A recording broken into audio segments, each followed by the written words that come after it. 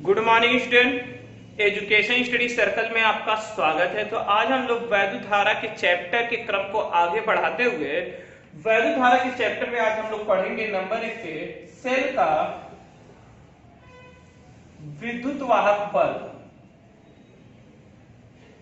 बल किसे कहते हैं, इसकी परिभाषा देखेंगे। दूसरे नंबर पर टर्मिनल विभवांतर की परिभाषा देखेंगे। और तीसरा जो कि बहुत ही इंपॉर्टेंट है, किरचॉफ का नियम। ठीक है, स्टार्ट करने से पहले जिन स्टूडेंट ने अभी तक चैनल को सब्सक्राइब नहीं किया है तो प्लीज सब्सक्राइब कर ले। जल्दी देखिए कि विद्युत वाहक बल है क्या। स्टार्ट करते हैं विद्युत वाहक बल। देखिए विद्युत वाहक बल की अगर हम लोग परिभाषा देखें, सबसे पहले आपको हम कुछ बातें बता दें। देखिए जब किसी सेल के टर्मिनलों को किसी बाह्य प्रतिरोध से जोड़ दिया जाए, जब किसी सेल के टर्मिनलों को बाह्य प्रतिरोध से जोड़ दिया जाता है तो परिपथ में आवेश प्रवाहित होने लगता है। तो परिपथ में क्या होने लगता है, आवेश प्रवाहित होने लगता है। जैसे क्या है, जो सेल होता है, आपने देखा होगा सेल ऐसे होता है। मान लेते भाई सेल बहुत किस्म के होते हैं, मतलब कि बैटरी के अगर दोनों को हम क्या करते हैं, किसी प्रतिरोध से जोड़ देते हैं तो आवेश का प्रवाह होने लगता है। क्या होने लगता है, आवेश का प्रवाह होने लगता है। तो बाह्य प्रतिरोध और सेल के आंतरिक प्रतिरोध के विरुद्ध आवेश के प्रवाह के, मतलब कि बाह्य प्रतिरोध और सेल के आंतरिक प्रतिरोध के विरुद्ध, सेल आंतरिक प्रतिरोध के विरुद्ध परिपथ में क्या करना पड़ता है, आवेश के प्रवाह के विरुद्ध कार्य करना पड़ता है। आवेश के प्रवाह का विरोध करते हैं, ठीक है। और इसी सेल के इसी विरोध के विरुद्ध क्या करना पड़ता है, आवेश के प्रवाह के लिए सेल को इसी के विरुद्ध कार्य करना पड़ता है। सिंपल सी बात फिर से हम समझाते, देखिए क्या है। देखिए सेल में दो टर्मिनल होते हैं, ठीक है। जब सेल के टर्मिनलों में क्या करते हैं, हम प्रतिरोध से जोड़ देते हैं तो आवेश का प्रवाह होने लगता है। सिंपल सी बात है। तो ये जब सिंपल सी बात है, आप देखेंगे जब आवेश का प्रवाह होने लगता है तो जो बाह्य प्रतिरोध होता है और सेल के अंदर के प्रतिरोध, वो क्या करते हैं, आवेश के प्रवाह में रुकावट उत्पन्न करते हैं। और इसी रुकावट, आवेश का प्रवाह के लिए इसी रुकावट के विरुद्ध सेल को कार्य करना पड़ता है। विरुद्ध क्या करना पड़ता है, कार्य करना, मतलब कि आगे जाने के लिए कार्य करना पड़ता है। और इसी कार्य को हम क्या कहते हैं, सेल का विद्युत वाहक बल कहते हैं। परिभाषा समझिए। एकांक आवेश को किसी परिपथ में आवेश प्रवाहित करने के लिए सेल द्वारा किया गया कार्य विद्युत वाहक बल कहलाता है। एकांक आवेश को परिपथ में आवेश प्रवाहित करने के लिए सेल द्वारा किया गया कार्य उसका विद्युत वाहक बल कहलाता है। इसे ई से प्रदर्शित करते हैं। सिंपल सा अगर हम परिभाषा देखें, एकांक आवेश को परिपथ में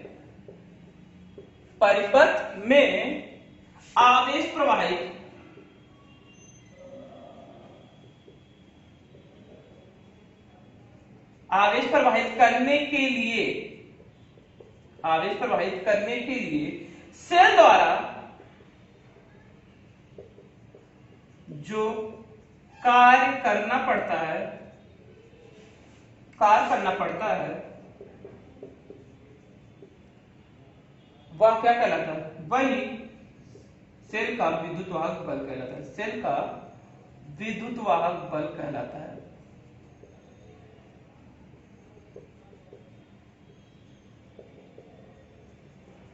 ठीक है, सेल का विद्युत वाहक बल कहलाता है। ठीक है, सिंपल समझिए, मतलब एकांक आवेश को परिपथ में प्रवाहित करने के लिए सेल द्वारा जो कार्य करना पड़ता है, वह क्या कहलाता है, सेल का विद्युत वाहक बल कहलाता है। मान के चलिए, देखिए सेल मतलब कि सेल की टर्मिनल, अगर उसकी हम एक विस्तार पूर्वक अगर परिभाषा देखें तो सेल के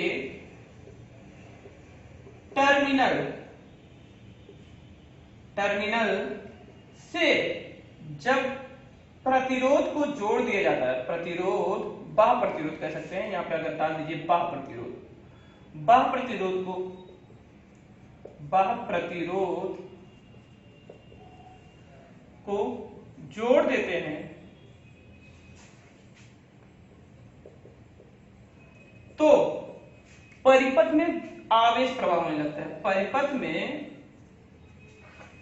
में आवेश प्रवाह होने लगता है।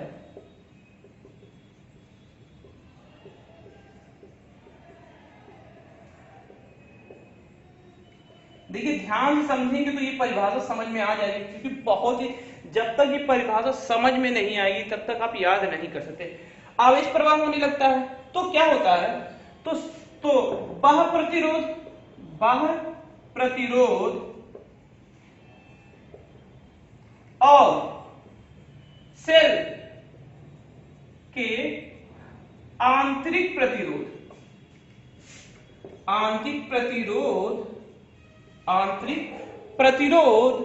के विरुद्ध आवेश प्रवाह करने के लिए आंतरिक प्रतिरोध के विरुद्ध आवेश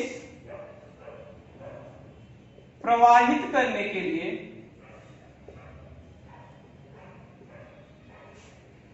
सेल द्वारा किया गया कार्य, सेल द्वारा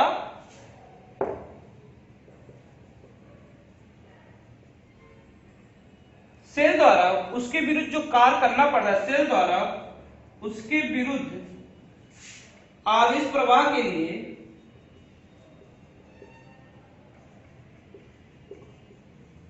जो कार्य करना पड़ता है उसी को हम लोग क्या कहते हैं, सेल का विद्युत वाहक बल कहते हैं। जैसे कि देखिए सेल में जो टर्मिनल होते हैं, दो टर्मिनल होते हैं, अगर जब उनको हम लोग क्या करते हैं किसी बाह्य प्रतिरोध से जोड़ देते हैं तो आवेश का प्रवाह होने लगता है, निरंतर क्या होने लगता है, आवेश का प्रवाह होने लगता है। तो बाह्य प्रतिरोध और सेल के आंतरिक प्रतिरोध के विरुद्ध आवेश को प्रवाहित करने के लिए सेल द्वारा आवेश के प्रवाह के लिए, मतलब कि सेल द्वारा आवेश के प्रवाह के लिए जो कार्य करना पड़ता है वही क्या कहलाता है, हमारा विद्युत वाहक बल कहलाता है, सेल का विद्युत वाहक बल कहलाता है। सिंपल सा परिभाषा, एक बार दो बार पढ़ेंगे या तो सिंपल से एक परिभाषा, एकांक आवेश को परिपथ में आवेश प्रवाह करने के लिए जो कार्य करना, सेल द्वारा जो कार्य करना पड़ता है वह क्या कहलाता है, सेल का विद्युत वाहक बल कहलाता है। ठीक है, इसे हम लोग ई से प्रदर्शित करते हैं। इसे प्रदर्शित करते हैं, आपको परिभाषा समझ में आ गया होगा। इसे हम लोग ई से प्रदर्शित करते हैं, इसे हम कैपिटल ई से प्रदर्शित करते हैं।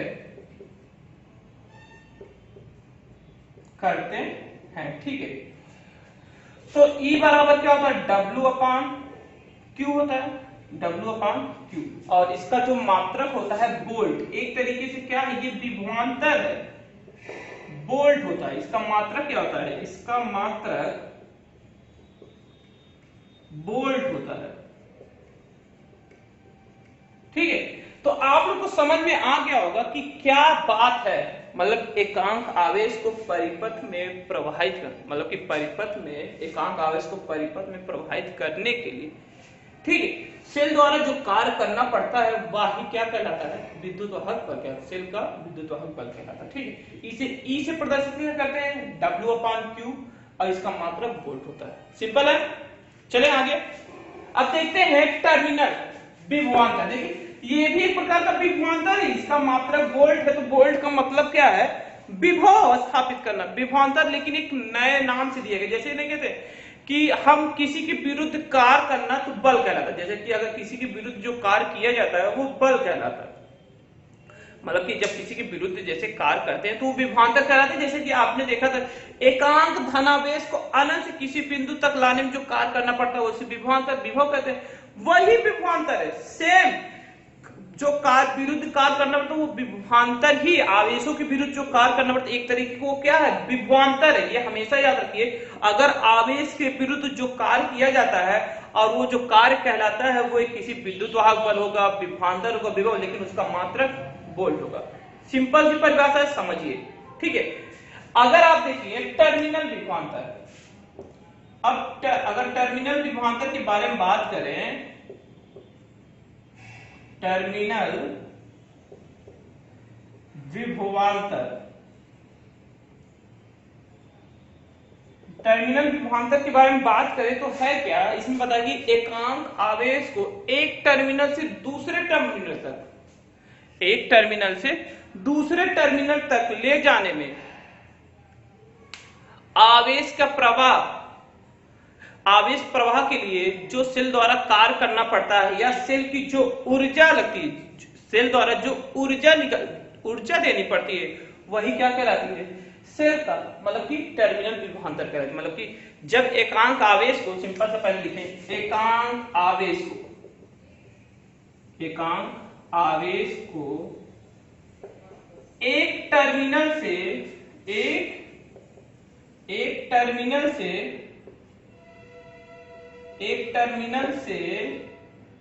दूसरे टर्मिनल तक ले जाने में परिपथ द्वारा आवेश मतलब ले जाने में आवेश मतलब परिपथ में सेल द्वारा, परिपथ में सेल द्वारा जो कार्य करना पड़ता है, या हम कहें कि सेल की जो ऊर्जा मुक्त हुई, सेल द्वारा लगी ऊर्जा, मतलब सेल द्वारा लगा ऊर्जा ही क्या कहलाता है, ही टर्मिनल विभवांतर कहलाता है। ठीक है, इसे V से प्रदर्शित करते हैं।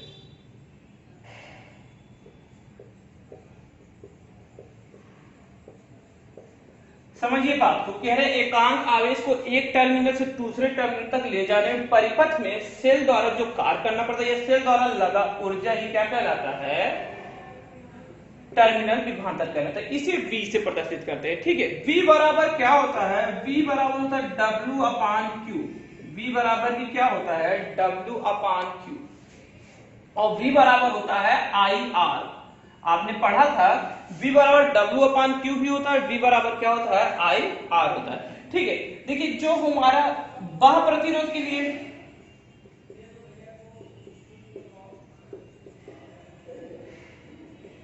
विभवांतर V होता है और आंतरिक प्रतिरोध के लिए R के लिए, मतलब बाह्य प्रतिरोध कैपिटल R के लिए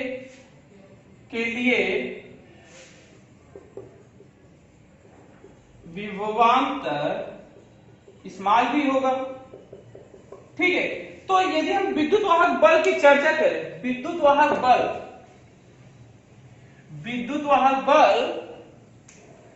E बराबर होगा कैपिटल V प्लस V, और E बराबर हो जाएगा IR plus I small r। तो देखेंगे इसमें R कॉमन है, R प्लस R, तो ये हो जाएगा I बराबर हो जाएगा E upon R plus small. ठीक, तो ये कभी कभी एग्जाम में क्वेश्चन दे देता कि धारा ज्ञात कीजिए, विद्युत वाहक बल ज्ञात कीजिए, तो आप आसानी से इस फार्मूले से ज्ञात कर सकते हैं। ठीक है, बहुत ही सिंपल सा फार्मूला है, इसके थ्रू आप क्या कर सकते हैं, एग्जाम में इसके लिए क्वेश्चन पूछे गए हैं बार बार, तो आप क्या कर सकते हैं, ज्ञात कर सकते हैं। ठीक है, सिंपल सा इसको नोट भी कर लीजिए। अब आते हैं किरचॉफ का नियम देखेंगे, किरचॉफ का नियम। ठीक है, किरचॉफ का नियम देखेंगे, तो किरचॉफ ने सन 1842 ईस्वी में, किरचॉफ ने सन 1842 ईस्वी में वैद्युत धारा, विभवांतर और प्रतिरोध के लिए दो नियम व्यक्त किए हैं। तो उस नियम के अनुसार उन्होंने उनका प्रथम नियम, मतलब दो नियम व्यक्त किए हैं। उनके प्रथम नियम के अनुसार किसी परिपथ में संधि की ओर आने वाली संधि की ओर बहने वाली समस्त या संधि पर मिलने वाली समस्त धाराओं का बीजगणितीय योग शून्य होता है। किसी परिपथ में संधि की ओर या संधि की ओर बहने वाली मतलब एक संधि होती है, जैसा कि अगर हम बात करें तो देखिए उन्होंने क्या बताया, जैसे कि मान लेते हैं ये ओ संधि है, ठीक है, ये है, ये मान लेते हैं, और ये है मान लेते हैं, ये, ठीक है, कोई धारा ये संधि ओ है, ये है। देखिए अब ध्यान समझिएगा, ठीक है, I1 ले लेते हैं, I2 ले लेते हैं, I3, I4, I5, I6, I7, ठीक है, ये मतलब ओ संधि। तो किरचॉफ ने क्या बताया, किसी परिपथ में संधि की ओर बहने वाली समस्त धाराओं का बीजगणितीय योग क्या होता है, शून्य होता है। ठीक है, बीजगणितीय योग शून्य होता है, अर्थात देखिए इसमें संधि की ओर आ रहा है, ये देखिए संधि है, ओ संधि है, संधि की ओर आ रहा है और कुछ बाहर भी जा रहा है, ठीक है। संधि की ओर आने वाली धाराएं धनात्मक होती है, जाने वाली धाराएं ऋणात्मक होती है, ठीक है। और दूसरी बात, संधि की ओर आने वाली धाराओं का योग और संधि की ओर जाने वाली संधि से बाहर जाने वाली धाराओं का योग की क्या होते हैं, बराबर होते हैं। तो सिंपल सा क्या है किरचॉफ के लिए, किरचॉफ ने, आपको समझ में आया होगा, किरचॉफ ने सन 1842 ईस्वी में धारा प्रतिरोध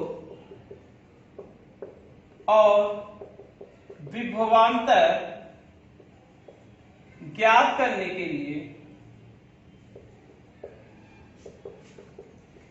दो नियम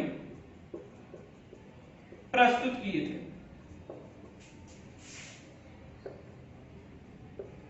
तो किरचॉफ का प्रथम नियम जो कि इंपॉर्टेंट है, किरचॉफ का प्रथम नियम, किरचॉफ का प्रथम नियम क्या है, किसी परिपथ में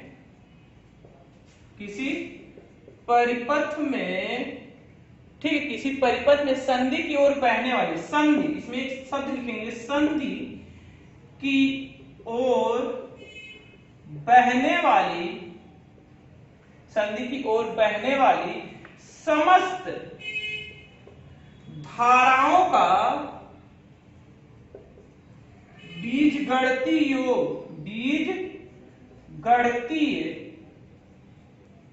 योग शून्य होता है।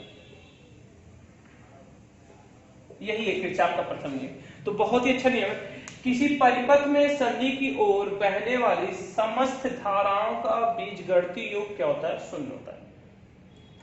अगर हमने देखे तो देखिए अब इसके हम समझ लेते हैं, बीजगणितीय योग मतलब कि देख लेते हैं, तो इसको लिख लीजिए। अब आते हैं इसके, देखिए चर्चा कर लेते हैं इसके बारे में थोड़ा सा।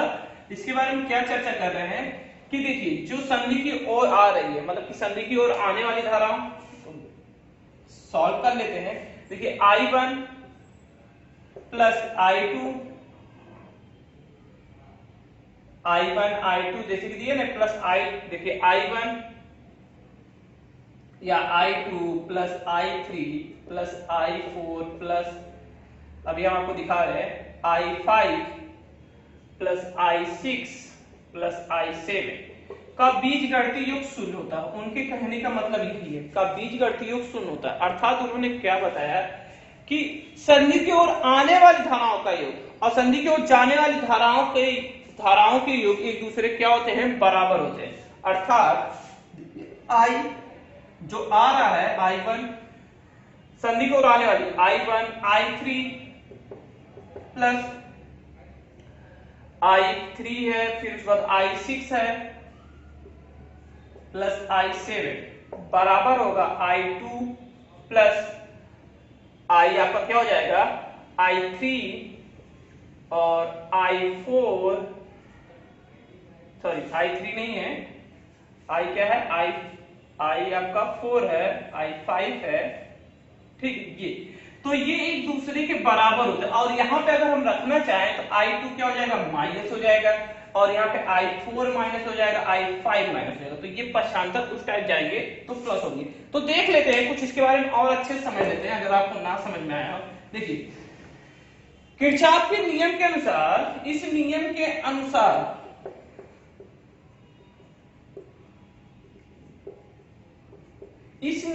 अनुसार संधि की ओर आने वाली धारा और संधि से बाहर जाने वाली धाराओं का बीजगणितीय योग क्या होता है, शून्य होता है।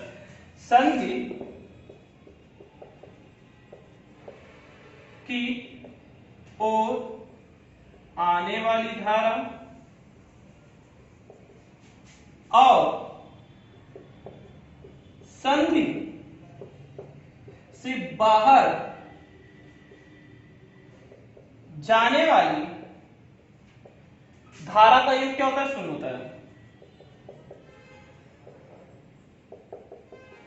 शून्य होता है, ठीक है, इस नियम के अनुसार। ठीक है, संधि की ओर आने वाली धाराएं धनात्मक होते हैं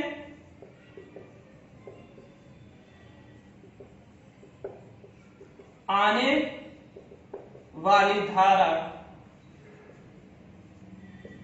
धाराएं धनात्मक होते हैं तथा संधि से दूर जाने वाली धाराएं क्या होती हैं, ऋणात्मक होते हैं।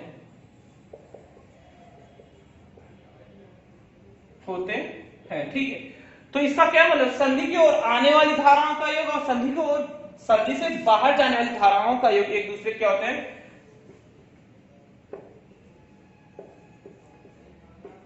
कि संधि की ओर आने वाली धाराओं का योग और संधि से दूर जाने वाली धाराओं का योग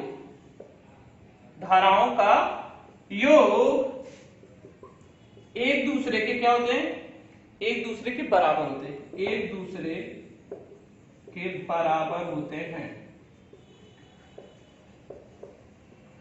तो यही बताया। तो ये जो इस नियम के अनुसार उन्होंने बताया है, तो अगर आप देखेंगे तो जो आ रहे हैं, मतलब सबसे पहले आप सबको लिखेंगे I1 plus I2 plus I3 plus I4 plus I5 plus I6 plus I7, तो आपने लिखा।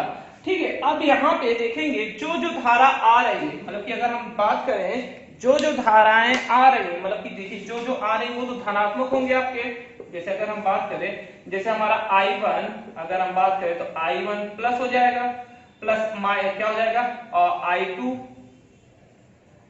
क्या हो जाएगा, माइनस हो जाएगा, प्लस I3 प्लस रहेगा, minus I4 plus minus I5 plus I6 plus I7। अगर इसको हम सही से करें तो यहाँ पे आप दिखा दें आपको, तो I1 minus I2 plus I3 minus I4 minus I5 plus I6 plus I7 बराबर 0।